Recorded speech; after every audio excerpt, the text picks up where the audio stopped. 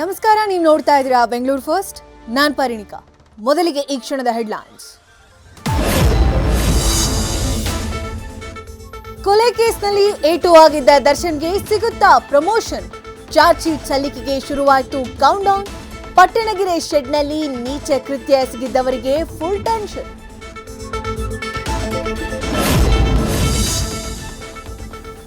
ಅದ್ಧೂರಿಯಾಗಿ 51ನೇ ವಸಂತಕ್ಕೆ ಕಾಲಿಟ್ಟ ಕಿಚ್ಚ ಸುದೀಪ್.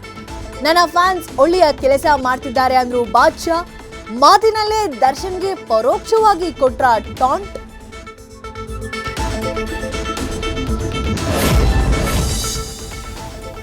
ಟ್ಯೂಷನ್ ಹೆಸರು ಹೇಳಿ ಪೋಷಕರಿಗೆ ಮಾಡ್ತಾರೆ ಕಾಲ್. ಅವರನ್ನ ನಂಬಿ ಯಾಮಾರಿದ್ರೆ ಖಾಲಿ ಆಗುತ್ತೆ ಅಕೌಂಟ್ನಲ್ಲಿರೋ ಮಾಲ್. ಬಣ್ಣದ ಮಾತು ನಂಬಿ ಇವರು ಕಳ್ಕೊಂಡಿದ್ರು 1.3 ಲಕ್ಷ.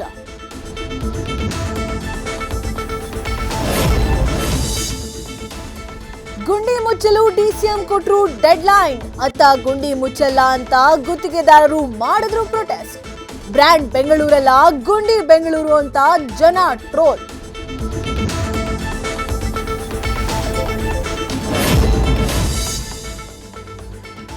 ಕೆಪಿಎಸ್ಸಿ ಪ್ರಾಬ್ಲಮ್ಗೆ ಕೊನೆಗೂ ಸಿಕ್ತು ಸೊಲ್ಯೂಷನ್. ನಿರಂತರ ವರದಿ ಮಾಡಿದ್ದ ನ್ಯೂಸ್ ಫಸ್ಟ್ಗೆ ಸಿಕ್ತು ಫಲ. ಕೆಎಸ್ಸಿ ಎಕ್ಸಾಮ್ ಮಾಡೇ ಬಿಟ್ರು ಅಂದ್ರು ಸಿಎಂ.